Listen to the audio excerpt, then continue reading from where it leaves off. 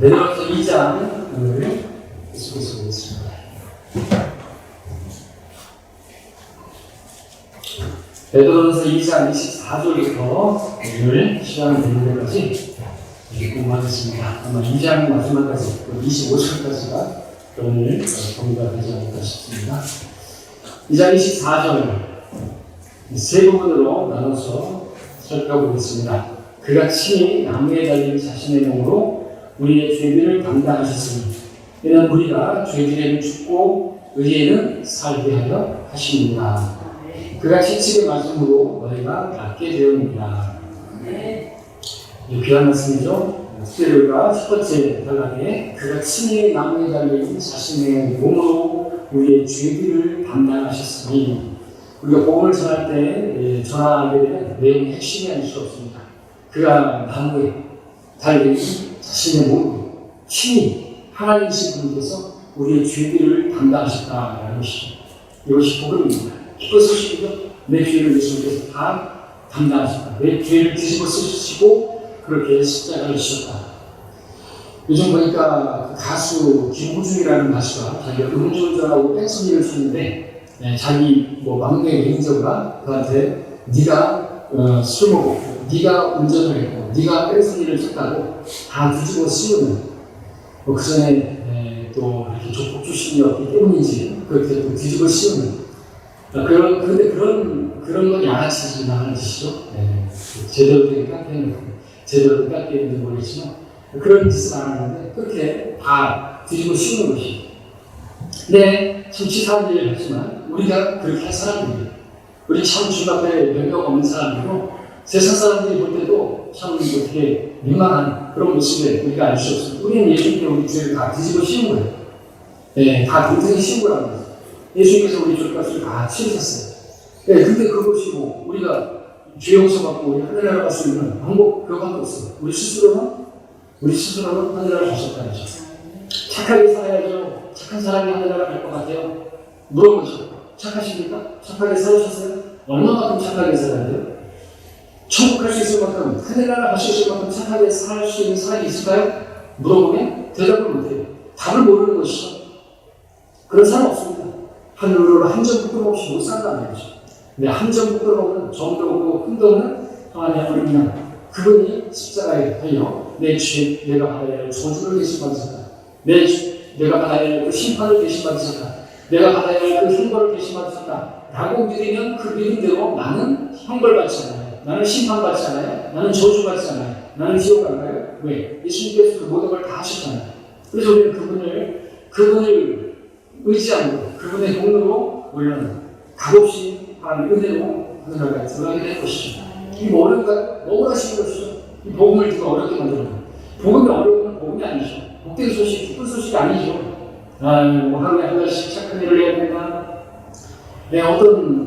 어떤 전에 말씀드렸던 일조원의 사나이, 오탄이라는 그 사람은 자기가 아는 게 있어요. 자기가 아무리 공을 잘 던지고 잘 치고 정말 만화에서 튀어나온 그런 사람이다, 그런 얘기를 하는데 그도 자신의 그 능력으로 안 된다는 걸 알기 때문에 뭘 한다 그러죠? 아시는 분 아세요? 하지만 할 수 있는 대로 자기가 착한 일을 한다는 거죠. 지나가다가 쓰레기가 있으면 그 쓰레기를 주는 거예요. 왜? 그 자기가 쓰레기를 줬음으로 인해서 자기에게 어떤 복이 올 거라고 생각하는 것이죠. 누군가가 나를 더 바라보고 나에게 어떤 행운을 가져다 줄 거라고 하는 막연한 그 미신, 그런 미신은 모든 사람들에게 다 있어요. 어쨌든 그 심성은 좀 착하죠. 자기가 또 착한 일을 하게 되면, 남이 하지 않은 어떤 일을 하게 되면 자기가 운동을 하다가 다치지 않을 수 있고 또 어떤 행운이 나에게 있을 수 있고 그런 것들을 의지한다는 거죠. 하나님을 만나게 되죠. 자, 복음의 핵심입니다. 베드로서 2장 24절의 첫 부분이죠. 우리 죄를 담당하셨다. 나무에 달린 자신의 몸으로. 갈라디아서 3장 13절에 따르니까 그리스도께서 우리를 위하여 저주가 계셔서 율법의 저주로부터 우리를 구속하셨으니 기록되기를 나무에 매달린 자를 누구나 저주받는 자라 하였구나. 그래서 나무에 달리신 것이죠. 율법에 따르면 나무에 달린 사람은 저주받는 거예요. 누구한테요? 하나님께서 저주하신 사람. 구약에 나무에 달린 사람들이 여러 명 있었습니다. 대표적으로 압살롬이라든지 그런 사람도 있었죠. 예, 하나님께 저주를 받은 것이요. 그래서 당시에 이제 종교 지도자들이 예수님을 돌로 쳐서 죽일 수도 있었어요. 자기들에게는 뭐 누군가를 사형을 그런 권세 못하고 비난하는 게 거짓말이죠. 거짓의 아들입니다. 왜 예수님을 십자가에 그 로마의 그 법정에 세우고 불행한 재판을 그렇게 벌어지게 만들고 후다닥 그 6월절 전에 어떻게 처리하고 자기들 6월절을 먹어야 되고 그것들을 계략하는 데 있어서 그들이 꾸민 것이 뭐예요? 나무에 매달린 거예요. 왜? 나무에 매달린 자를 보라는 거죠. 우리 율법에, 우리 말씀에 그건 저주받은 거다. 하나님께서 저주하시고 있어요. 우리가 아니다 이거죠. 자기들이 숨을 씻어보려고. 많은 백성들이 예수님을 메시아로 따르고 그러니까 한 번에 그 전세를 다 뒤집어 엎을 수 있는 방법이 예수님을 십자가에 달는 것밖에 없습니다. 네, 아주 지혜롭죠? 근데 놀랍게 하나님께서 그들의 모든 그 지혜를 그들의 그 어리석음을 하나님께서 그대로 사용하셔서 그래 십자가 달린 자는 하나님께 저주받은 것이야. 하나님께서 우리가 받아야 할 그 저주를 대신 받게 하셨어요. 그렇게 역으로 갚아보신 것이죠. 그야말로 진짜 반전이 할 수 없습니다. 신명기 11장 13절에서 나무에 매달린 자는 하나님께 저주를 받았으니 라고 기록하고 있는 것입니다. 그래서 예수님께서 내 죄로 인해서 죄를 지은 자는요 죄값을 치러야죠. 저주를 받아야죠. 어떤 사람이 누군가에게 죄를 졌으면 그 사람 다리 뻗고 못 살지 않습니까? 그리고 내가 그런 불이익을 당했다고 하면 어떤 신이 있다니 그를 저주하셔서 그를 심판해달라고 그렇게 말하지 않습니까? 그와 같은 죄인이 바로 우리였던 것이죠. 그런 저주받아야 할 나였는데 예수님께서 내가 받아야 할 그 저주를 대신 받으셨다고 성경은 말씀하고 있는 것입니다. 이것이 구원이죠. 이것을 믿었다. 이것을 우리가 믿어서 구원을 받았어요. 뭐 믿음 전부 푼 게 아니에요. 우리가 뭔가를 복음이 풀어졌어요. 그런 거 아니에요. 그렇게 어려운 산수 방식이 아니란 말이죠. 어린아이도 구원받을 수 있고 하나님께서는 어린아이 같은 그 믿음을 기뻐하시고 어린아이들에게 하나님의 들어가는 것을 기뻐하시고 그러려면 어린아이도 이것을 풀 수 있어야 됩니다. 풀 수 있는 문제가 아니라 들으면 아는 거죠. 그래서 거리소리가 계시라 바쁘시면 전도자도 받아가서 읽으시라고 어려운 내용이 아니라고 읽으면 믿을 수 있다고 이해할 수 있다고 가서 차분하게 읽어보시고 구원에 이르시기를 바란다고 그렇게 전하는 것입니다. 어려운 내용이 아니에요. 자, 이렇게 어렵지 않게 우리는 은혜로 구원받았으면 우리가 대단히 뭘 풀었다고 하면 우리도 어떤 공로가 있을 것이라고 생각할 수 있겠지만 공로가 없어요. 어려운 게 아닙니다. 근데 이렇게 구원받고 나서 우리 목에 힘을 줘서는 안 되겠죠. 목이 굳어지면 안 되겠죠. 교만 들으면 안 되겠죠. 우리의 구원이 목적도 아닌 것입니다. 구원은요, 목적이 따로 있어요. 다음 주에 뭐라고 합니까? 그렇게 우리 죄를 담당하셔서 우리 죄가 용서되었어요. 왜 이렇게 하셨어요? 이렇게 쉬운 방법으로 우리를 구원하신 이유가 뭐예요? 이는 왜냐하면 우리가 이제 죄에게는 죽고 하나님께는 산자로서 의에는 살게 하십니다. 말씀하고 있는 것이죠. 이것이 정확히 바울서 선생님께서 로마서의 6장에 나오는 내용과 일치하고 있는 내용인 것이죠. 우리가 이제는 죄에 대해서 죽고 하나님께 대한 산자로 살아가고 그전에는 우리 몸을 이 불의의 병기로 내어줬는데 이제는 하나님께 의의 병기로 내어주라고 이제는 죄에 대해서 죽은 자로 우리가 이 그리스도 함께 십자가에 죽은 자로 내가 십자가에 달려 죽어야 되는데 우리는 구원받을 때 그렇게 말합니다. 구원받은 사람들은 그렇게 십자가를 바라보잖아요. 내가 죽어야 할지 알겠는데 내가 달려야 할 십자가가 있는데 아멘. 하나님께서 그러면 이제 네가 그렇게 믿으라고 네가 십자가에 달린 것을 믿고 살라고 내 아들이 거기에 달렸지만 네가 고백한 대로 내가 달려야 할 십자가가 있는데 그럼 그렇게 믿으라고 너는 이제 죽은 자 내가 내 아들이 죽은 것으로 보지 않고 예수님은 나의 하나님이라고 불렀잖아요. 한 번도 하나님이라고 아버지라고 불렀는데 하나님이라고 왜 나를 버리셨 예수님께서는 아들로 버리다 하시면 우리를 대신해서 버리려는 것이죠. 나의 하나님 못찾는다고 버리셨다니까 내가 부르짖어야 할 내가 지옥에서 부르짖어야 할 그 고백을 대신하신 것이죠. 내가 교회를 다니고 있었고 그런데 내가 결국 구원받지 못하는 상태에서 열심히 영접하지 않은 상태에서 결국에 죽어서 지옥에 갔을 때 우리는 그렇게 고백할 거예요. 내 하나님 내가 그렇게 교회를 다니고 내가 11점을 하고 내가 열심히 충성 봉사했는데 왜 나를 버리셨나니까 할 그 고백을 예수님이 대신 하셨다는 것이죠. 그래서 우리가 그렇게 믿었다면 우리는 그 믿음으로 살아야 되는 것이죠. 내가 살아가는 것이 아니라 이제 나는 그리스도와 함께 십자가에 못 박혀 죽었다. 그러나 내가 살아있는 것은 내가 사는 것이 아니라 나를 사랑하셔서 나를 위해 자신을 주신 하나님의 아들을 믿는 믿음으로 산다고.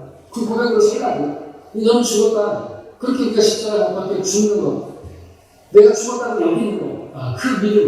그 믿음이 우리로 하여금 승리하게 하는 믿음이죠. 그럼 죄가 우리를 어떻게 할 수가 없어요.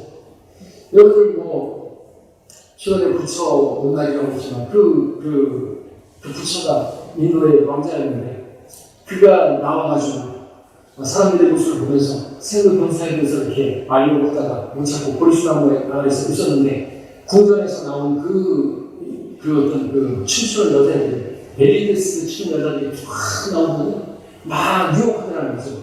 다시 왕궁으로 들어오라고. 왕궁에는 이러한 부와 쾌락과 흉락이 있으니까 와서 즐기라고. 제발 좀 왕자님 정신 차리고 들어오십시오.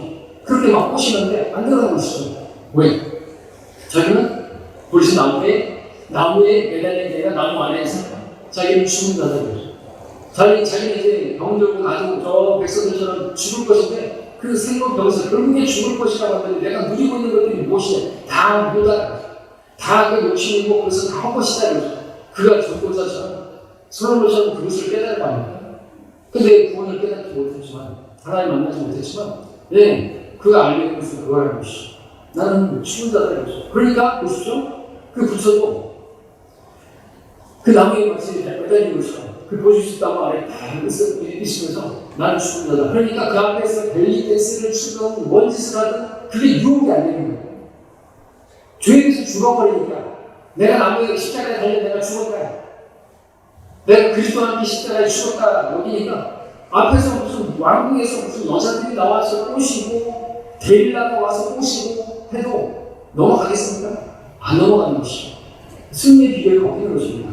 내가 죽은 자라는 것이죠. 갈라디아서에서 내가 십자가 못 박혀 죽은 자로 여기면 세상도 나에 대해서 죽어버리는데 세상이 죽어버리는데 내가 죄에서 죽으니까 세상의 어떤 유혹도 육신의 전도, 깡목의 전도, 생의 사랑으로 나를 유혹한다 할지라도 그것이 나에게 먹히지 않는 것이죠.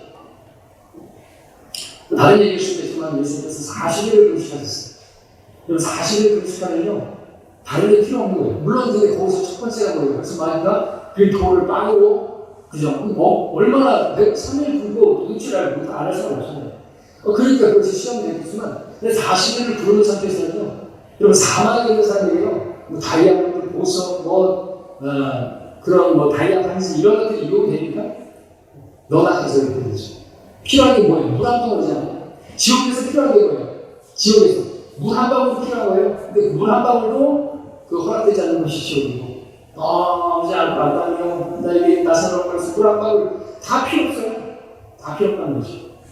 세상이 주는 것들이 아무것도 필요 없어요. 그러니까 만약 그렇게 40일을 금식하고 있는데 다른 것이 유혹이 있겠어요? 명예가 그 육신의 죄와 안목의 죄와 생의 자랑 그게 무슨 유혹이 되겠습니까? 그렇죠?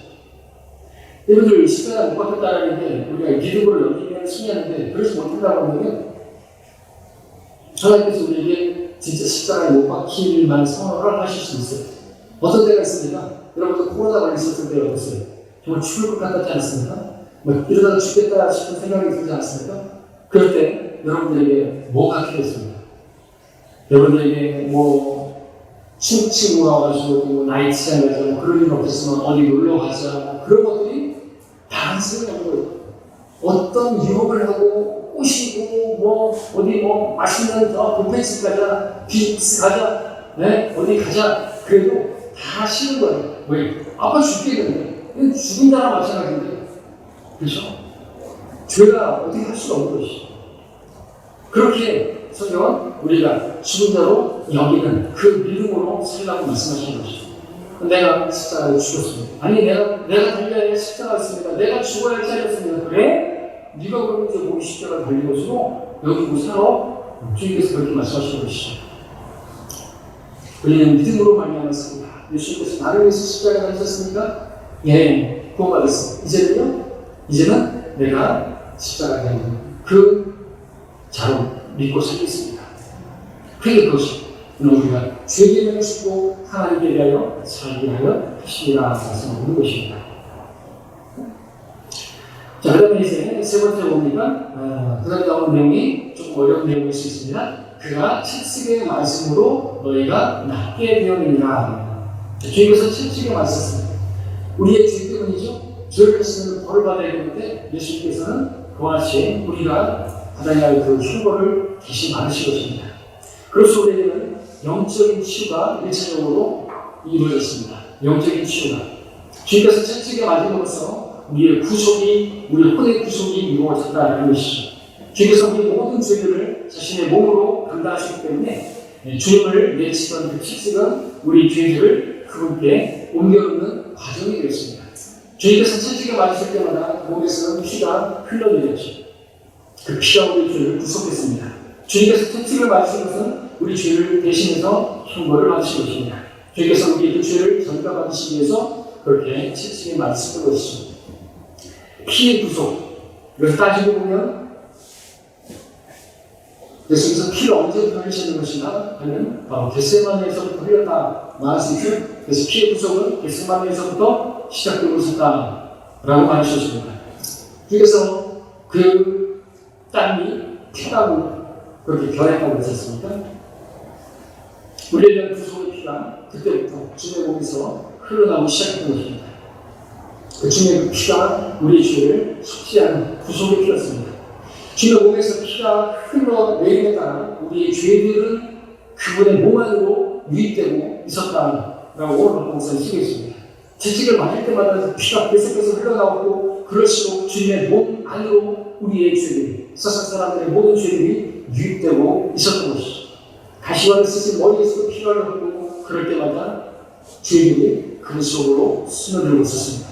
십자가 달린 창에 옆구리가 찔리심으로 그분의 몸에서는 모든 피가 흘러나오고 그렇게 마지막 한 방울까지 다 쏟아져 나오실 때 주님의 몸 안에는 이제 세상 모든 사람들의 죄들이 다 가득 차게 되었다.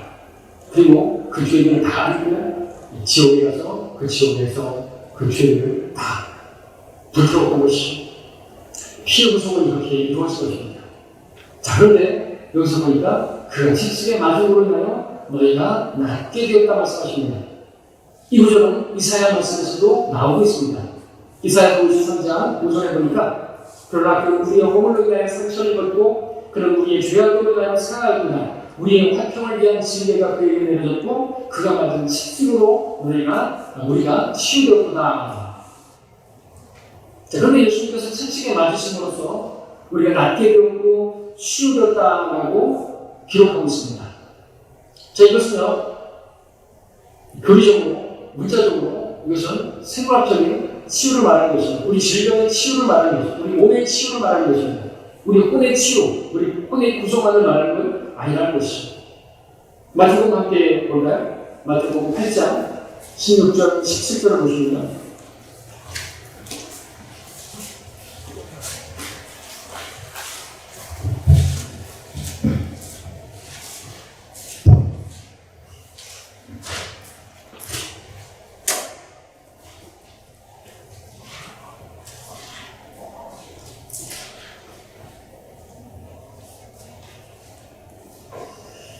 마태복음 8장 16절, 17절 시작했습니다. 저녁이 되었을 때에 사람들이 주께로 마귀들에게 사로잡힌 자들을 많이 데려왔으니 주께서 주의 말씀으로 그 영들을 쫓아내시고 병든 자들을 모두 고쳐주시니라. 그렇게 하심은 선지자 이사야를 통하여 말씀하신 것을 이루려 하시니 말씀하시기를 그가 친히 우리의 연약함을 맡으시고 우리의 질병을 짊어지셨느니라고 하셨더라. 그랬습니다. 자, 아까 이사야서 53장 5절의 큰 말씀이 여기서 인용되고 있는 것이죠.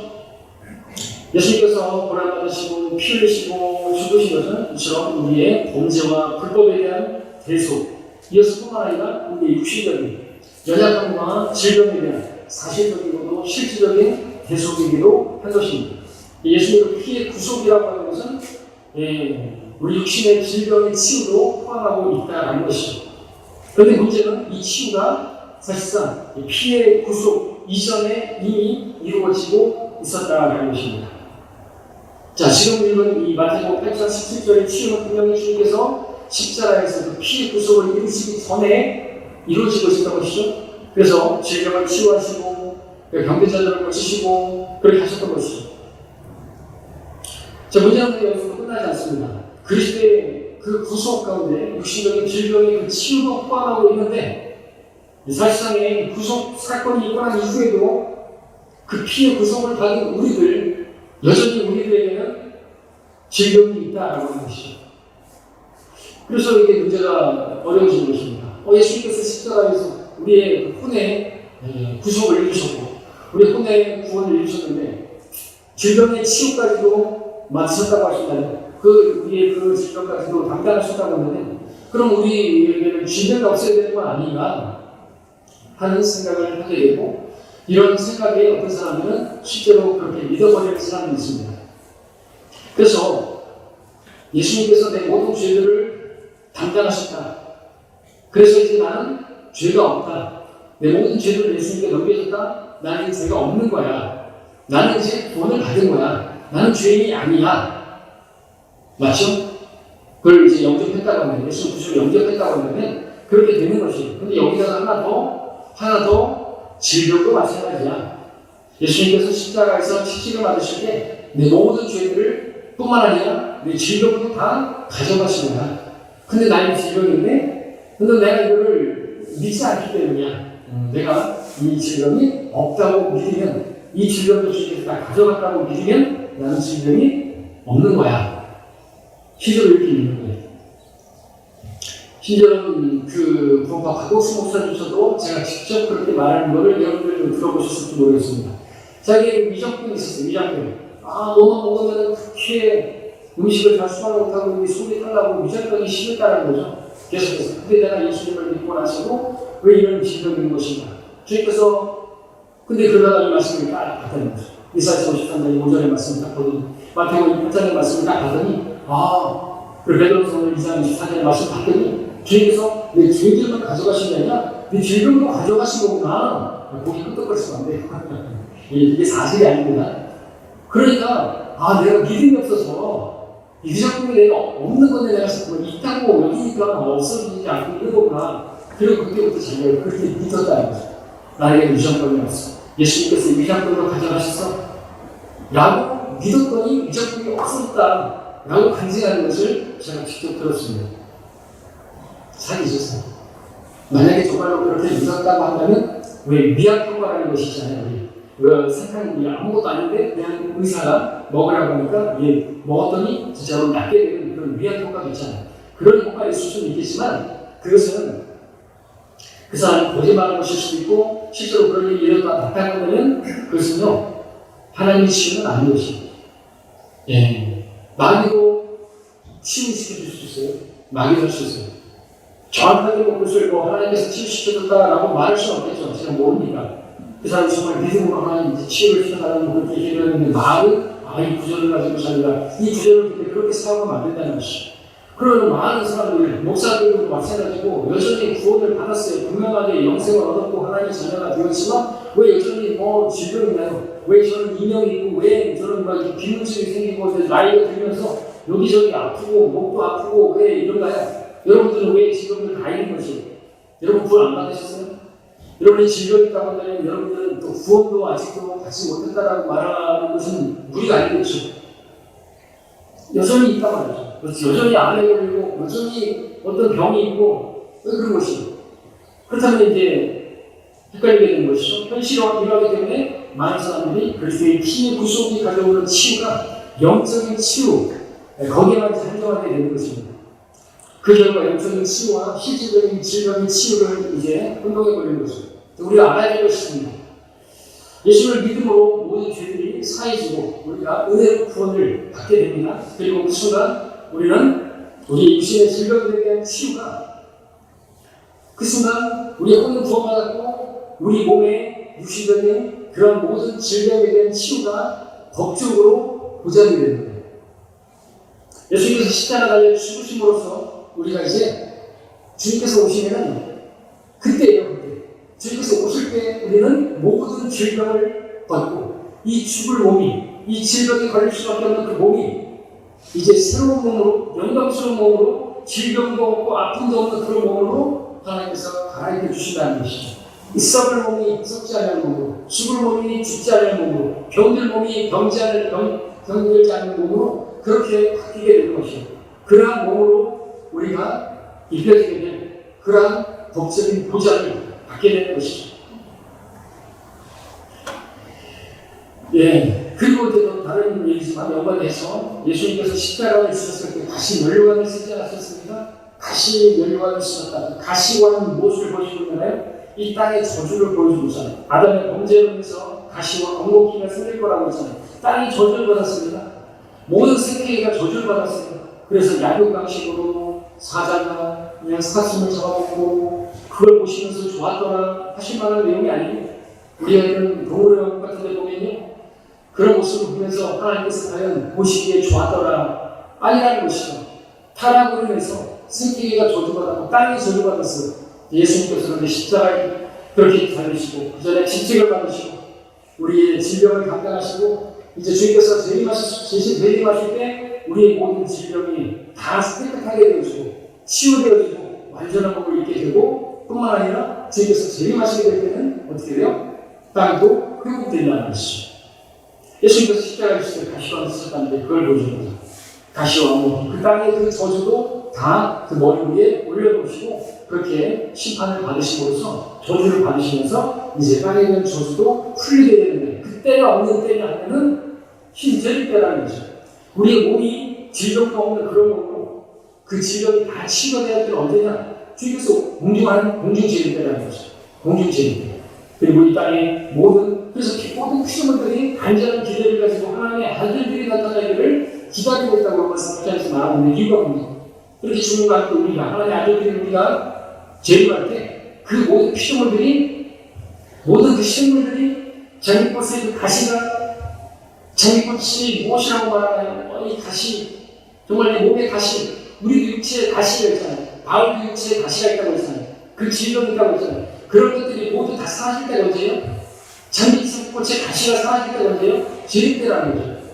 우리의 육체에 가시가 사라질 때가 언제예요? 공중재림 때. 주님께서 오셔서 우리를 부르시면 우리는 후련히 눈 깜짝하는 사이에 새로운 몸을 입고 영광스러운 몸을 입고 그때는 뭐 신경통, 뇌관스, 관절염 이런 거 없어요. 뭐 이명 이런 거 없어요. 암, 당뇨 이런 거 필요 없어요. 다 사라지게 될 것이죠.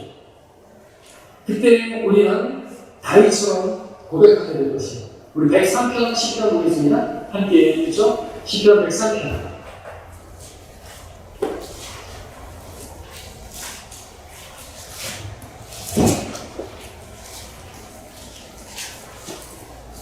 이제부터 4절까지를 읽겠습니다. 시편 103편 2절부터 4절까지. 오 내 보다 주를 송축하고 그의 모든 베푸심을 잊지 말라. 그는 내 모든 죄악을 용서하시며 내 모든 질병을 치유하시고 너의 생명을 하늘에서 구속하시며 자연과 온유한 자비들로 내게 관을 씌우시고. 예, 여기까지가 이 말씀을 그대로 문자적으로 교리적으로 이루어질 때가 바로 재림 때라는 거죠. 주님께서 오시는 공중재림 때 우리는 이렇게 주님을 송축하게 될 것입니다. 나에게 존귀로 관을 씌워주시고 멸관을 씌워주시고 그때 우리는 내 모든 질병을 치유하셨다 과거로 완료시대로 말하게 될 것입니다. 근데 지금은 아니라는 것이죠. 지금은 아닌 것이죠. 예, 좀 전에 갑자기 튀어나온 것처럼 장미꽃의 가시 그 장미의 그 육체의 가시가 사라질 때는 지상재림 때고 우리 육체의 가시, 육신의 가시 그 가시가 사라질 때는 요시가 재림인데 우리 재림 전에 지상재림 전에 공중재림이 있다는 걸 알잖아요. 그 예수님께서 오시면 우리가 이 사망의 몸을 벗어버리게 될 때 사망하는 거에 손못이 없느냐 그렇게 말할 수 있는 그때가 있는 거죠. 그때는 모든 질병이 치유하신 그 주님을 우리가 찬양하게 될 것입니다. 그래서 육신 연약하신 분들이 연약한 지체들에게 하나님의 더 많은 종교를 씌워준다 그러는데 연약한 지체들이 몸이 아픈 지체들이 더 주님의 오심을 사모하게 되지 않습니까? 그러니까 그분들은 의의 결과를 다 받게 되겠죠. 그러나 이제 그런 가운데서 또 하나님 바로 섬겨야 되겠지만 의의 결과를 누가 사모하겠습니까? 건강하고 그런 사람들 먹고 살만하고 그런 사람들이 아니겠죠? 연약한 가운데서 정말 좀 키우시옵소서. 그렇게 고백할 수밖에 없는 그런 우리들이지 않습니까? 예, 그렇습니다.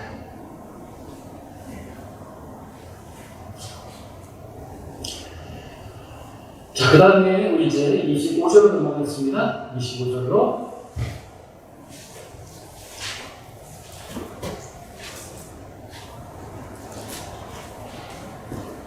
베드로전서 2장 25절을 보니까 이는 너희가 기계는 양들이 같았으나 이제는 너희 홍들의 목자와 감독에게로 돌아왔습니다.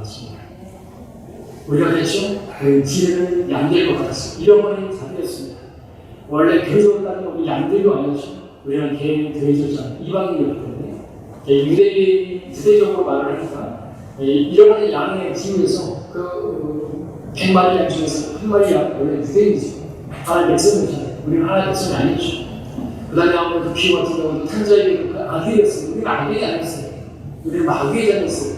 그럼에도 불구하고 우리에게 이제 그렇게 이제 적용해서 쓰고 있습니다. 우리가 잃어버린 양들과 같았습니다. 길을 잃어버렸어요. 어디서 와서 어디로 가는지 모르는 그런 삶을 살고 있었어요. 그러나 우리는 이제 목자를 만나면, 감독을 만나면 우리 혼의 목자, 우리 혼이 구원을 받았어요. 감독에게로 돌아왔습니다. 자유구조에서 목자와 감독이라는 표현이 중요한데 슈퍼드와 비숍인데 둘 다 첫 글자가 대문자로 되어 있습니다. 그것은 우리 주 예수 그리스도께서 바로 혼의 목자이시고 감독이시기 때문에 그렇게 대문자로 쓰고 있습니다.